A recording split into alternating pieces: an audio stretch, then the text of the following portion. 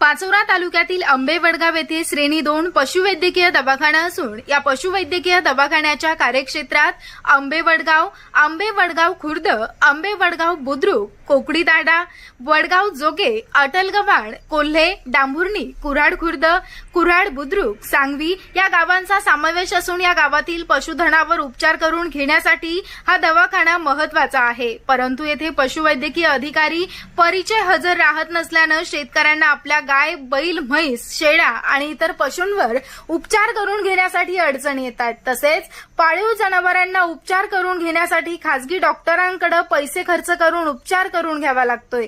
म्हणून या दवाखान्यात कायमस्वरूपी पशुवैद्यकीय अधिकाऱ्यांची नेमणूक करून मागील 20 वर्षापासून एकाच ठिकाणी असलेल्या कामचुकार परिचाराची त्वरित बदली करण्यात यावी, अन्यथा आंदोलन छेडण्यात येईल असा इशारा 11 गावातील पशुधन पालकांनी केला आहे। हा आपल्या मागे जो आहे हा आंबेवडगाव येथील पशुवैद्यकीय दवाखाना श्रेणी 2 आहे। या दवाखान्याच्या अंतर्गत वडगाव आंबे खुर्द, वडगाव आंबे बुद्रुक, कोकडी, जोगे, कोल्हे, कुऱ्हाड खुर्द असे जवळपास 7 ते 8 गावं समाविष्ट आहे। असं असताना हा दवाखाना हा सतत बंद असतो।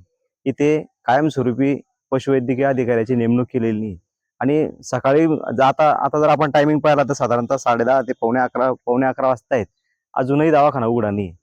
कालही दिवसभर 4 ते 5 वेळेस त्या संबंधित कर्मचाऱ्याला फोन लावले, परंतु तो दवाखाना उघडत नाही। गेल्या 20 वर्षापासून हा कर्मचारी ते कायमस्वरूपी नेमणुकीला आहे, त्याची तात्काळ बदली व्हावी या संदर्भात ग्रामसभेत देखील ठराव झालेले, परंतु हा कशा प्रकारे ते काम करतोय हे काही कळून येत नाही। लोकांना याच्यामुळे गैरसोयी आहे आणि उन्हाळ्यामुळे जनावरांवरती अनेक प्रकारचे आजार आहेत आणि त्या आजारावरती उपचार होत नसल्यामुळे पशुधन दगावण्याची सुद्धा शक्यता वाढलेली आहे। तर याच्यावर तात्काळ कारवाई करून वरिष्ठांनी लक्ष घालावं अशी विनंती। कृत्रिम रेतन वगैरे काही नाही म्हणजे कृत्रिम रेतनाचा विषयच नाही, कारण हजरच नाही तर कृत्रिम रेतनचा विषयच येत नाही, हजरच राहत नाही।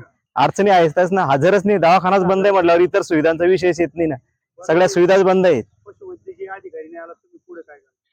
ते आता याच्या संदर्भात जर ती दखल नाही घेतली गेली तर आम्ही नक्कीच याच्या संदर्भात वरिष्ठांकडे लेखी तक्रार देऊन याच्या विरुद्ध आंदोलन करू। कर्मचारी किती वर्षापासून?